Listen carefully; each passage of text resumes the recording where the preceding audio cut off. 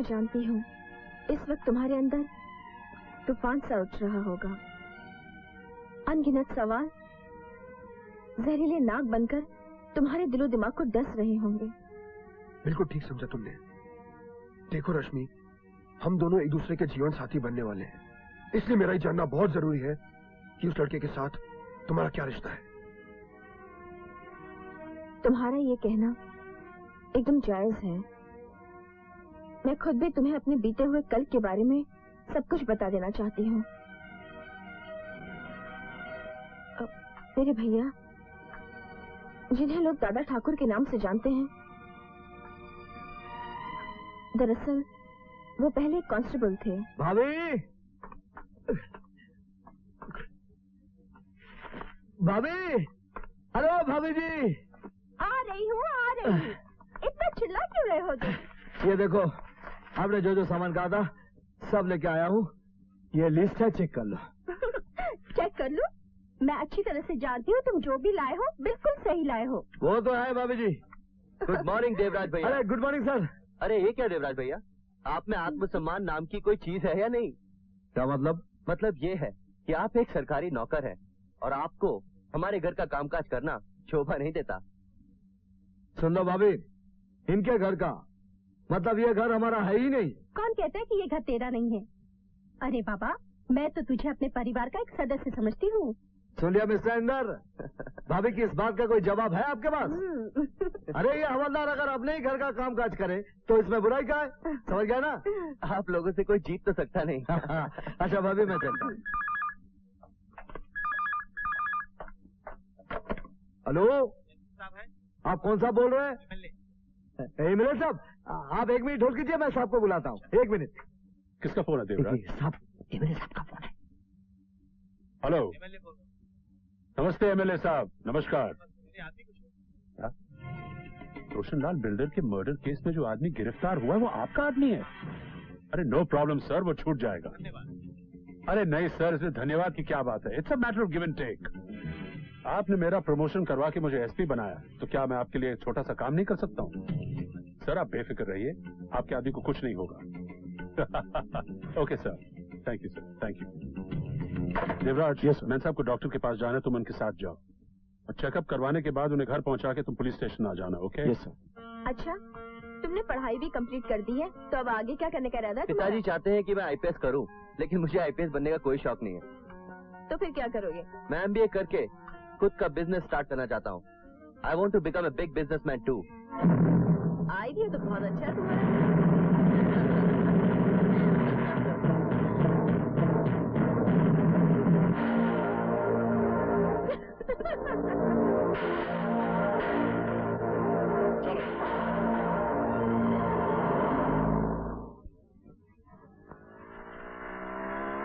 Hi mom. हाय बेटा। इंदर, जी पिताजी। इधर आओ। वो लड़की कौन थी तुम्हारे साथ? कौन सी लड़की? वही जिसे तुम इतने प्यार से कोका कोला पिला रहे थे। वो देवराज भैया की बहन है रश्मि। मैं उससे बहुत प्यार करता हूँ और उससे शादी भी करना चाहता हूँ। तुम जानते नहीं तुम क्या कह रहे हो। शादी विवाह का रिश्ता हमेशा बराबर के लोगों में होता है। और देवराज देवराज एक मामूली सा हवलदार है। उसकी बहन किसी भी कीमत पर इस परिवार की बहू नहीं बन सकती। क्यों नहीं बन सकती? क्योंकि वो हमारी तरह अमीर नहीं है। मगर ये आपकी भूल है पिताजी। मोहब्बत को दौलत के तराजू में नहीं तोला जा सकता। एक बात और सुन लीजिए, जो प्यार करना जानते हैं वो बड़े से बड़े तूफान से भी टकराना जानते हैं। मैं रश्मि से सच्ची मोहब्बत करता हूँ और उसके साथ जीने और मरने का फैसला कर चुका हूँ। Shut up! बंद करो अपनी बकवास। त्रिकाल चौधरी के होते हुए इस घर में किसी और को फैसला करने का कोई अधिकार नहीं। और एक बात तुम भी कान खोलकर सुन लो, मान सम्मान और घर की इज्जत के लिए त्रिकाल चौधरी कुछ भी कर सकता है। अगर तुमने अपनी जिद नहीं छोड़ी तो त्रिकाल तुम्हारी रश्मि के लिए काल बन जाएगा। शायद मैं तुम्हें कुछ नहीं कर सकता क्योंकि तुम मेरे बेटे हो, मेरा खून। मगर अपने खून को बर्बादी के रास्ते से बचाने के लिए देवराज की बहन का खून बहाने में मुझे कोई दुख नहीं होगा। मार डालूंगा मैं उसे। पिताजी, ये बात हमेशा याद रखना, क्योंकि मैं जो कहता हूं वो करता भी हूं।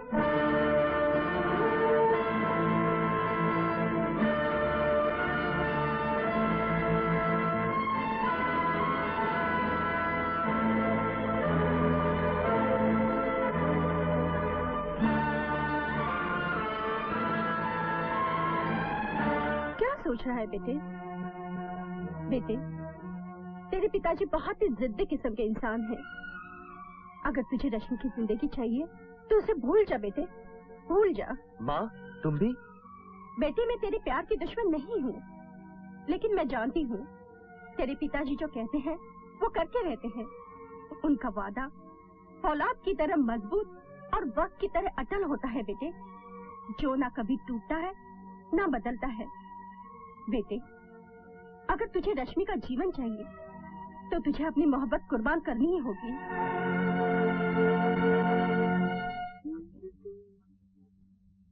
क्या सोच रही हो इंदर? तुमने मुझे यहाँ क्यों बुलाया? खामोश क्यों हो? कुछ बोलते क्यों नहीं? कुछ समझ में नहीं आता, लेकिन हकीकत तो मैं बता नहीं पाऊंगा। देखो, पहेलियां मत बुझाओ, साफ साफ कहो बात क्या है? यही कि मैं तुमसे प्यार नहीं करता हूँ। क्या? क्या कहा? तुम मुझसे प्यार नहीं करते? हाँ? हाँ रश्मि, मेरे दिल में तुम्हारे लिए कोई प्यार नहीं है। नहीं इंदर, इट्स नॉट ट्रू। तुम झूठ बोल रहे हो ना? अपने आप को सच्चाई के आईने में देखने की कोशिश करो रश्मि।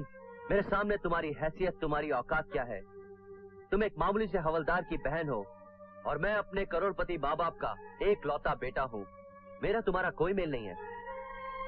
तो फिर वो सब प्यार की बातें, साथ जीने मरने की कस्में, सब झूठ था, सिर्फ एक नाटक था। और नहीं तो क्या? देखा जाए तो जिंदगी खुद एक नाटक है। दरअसल मैं अपने आप को आजमा रहा था। मैं देखना चाहता था कि एक खूबसूरत लड़की को अपने प्यार में दीवाना बनाने के मुझ में गट्स हैं या नहीं। ये तुमने ठीक नहीं किया इंदर। मेरा दिल कोई खिलौना नहीं था जिसके साथ तुमने खेला और तोड़ दिया। कहते हैं टूटे हुए दिल की आह आसमान का सीना छीन कर भगवान तक पहुंचती है,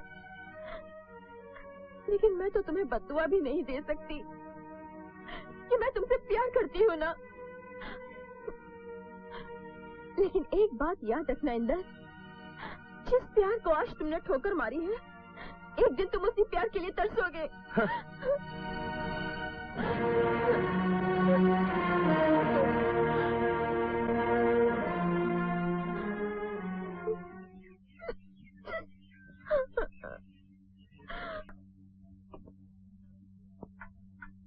ये लीजिए। ये एक थाली क्यों? तुम तो जानती हो मैं रेशमी के साथ खाना खाता हूँ। रेशमी कहाँ है? आज उसकी तबीयत ठीक नहीं है, वो अपने रूम में सो रही है। तबीयत ठीक नहीं है? तुमने पहले क्यों नहीं बताया? चलो उसे डॉक्टर के पास ले चलते हैं। तुम तो यूं ही परेशान हो रहे हो। डॉक्टर के पास ले जाने जैसी कोई बात नहीं है। हल्का सा बुखार था, मैंने उसे गोली खिला दी है, बस घंटे 2 घंटे में ठीक हो जाएगी। मैं जानती हूँ तुम अपनी बहन से बहुत प्यार करते हो, मैं भी उसे बहुत चाहती हूँ और उसकी हर बात का मैं ख्याल रखती हूँ। चलो अब तुम खाना खा लो। माँ और पिताजी के देहांत के बाद मैंने उसे औलाद की तरह पाला है। अब वो बड़ी हो गई है। सोचता हूँ कोई अच्छा सा लड़का देखकर उसका ब्याह कर दो, उसका घर बस जाए, बस ये आखिरी तमन्ना है। तुम्हें उसके लिए लड़का देखने की जरूरत नहीं है। वो एसपी साहब के बेटे इंदर से प्यार करती है और इंदर भी उसे बहुत चाहता है। लेकिन कमना, ये एसपी साहब बड़े लोग हैं और हम ठहरे गरीब आदमी। मुझे नहीं लगता एसपी साहब इंदर और रश्मि का प्यार स्वीकार करेंगे। अब बताने के लिए रखा ही क्या है भाभी? सब कुछ खत्म हो गया। इंदर मुझसे प्यार नहीं करता। लेकिन भाभी, तुम तो जानती हो ना, मैं उससे सच्ची मोहब्बत करती हूँ और मैं उसके बिना जी नहीं सकती। नहीं जी सकती मैं उसके बिना। ए रश्मि, तेरा भाई जिंदा है रे। मेरे जीते जी तुम्हारा अपनी जान देने की बात जबान पर भी मत लाना। तेरी खुशियों के लिए तेरा ये भाई कुछ भी कर सकता है। फिक्र मत कर,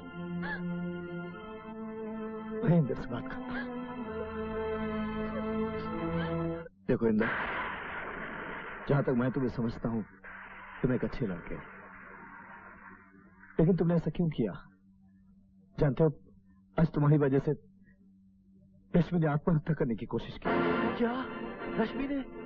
हाँ, वो तुम्हें दिलो जान से चाहती है। तुम्हारे बिना शायद जी भी नहीं पाएगी। और एक बात बता देता हूं, मेरी बहन की खुशी मेरी जिंदगी से भी ज्यादा अजीज है।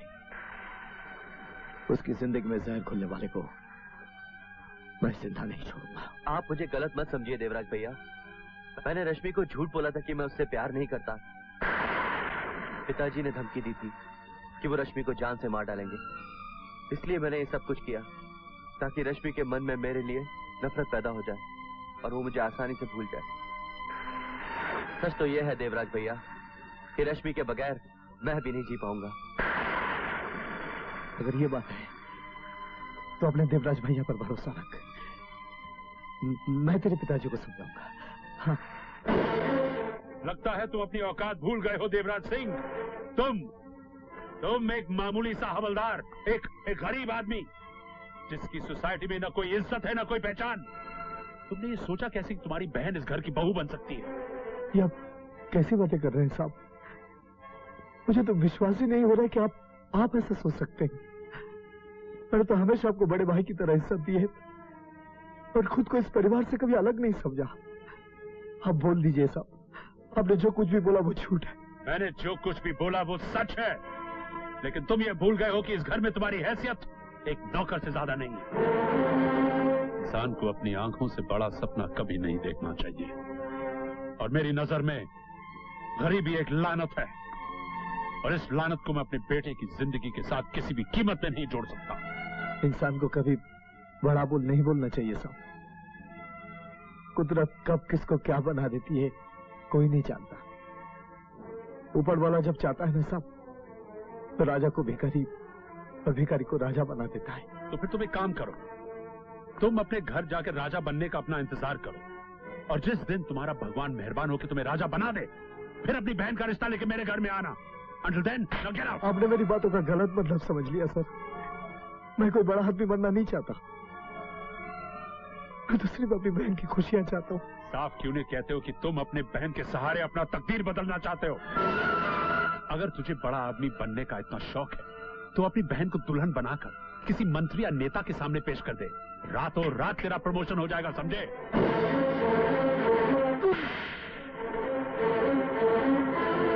तेरी बहन के लिए तेरी जबान पर ऐसे गंदे शब्द आए कैसे? मैं तुझे जान से मार दूंगा।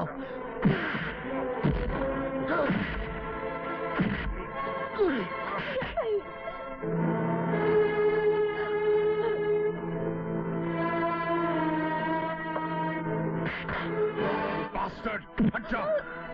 एसपी त्रिकाल चौधरी पर हाथ उठाया, मैं तुम्हें छोड़ूंगा नहीं देवराज सिंह।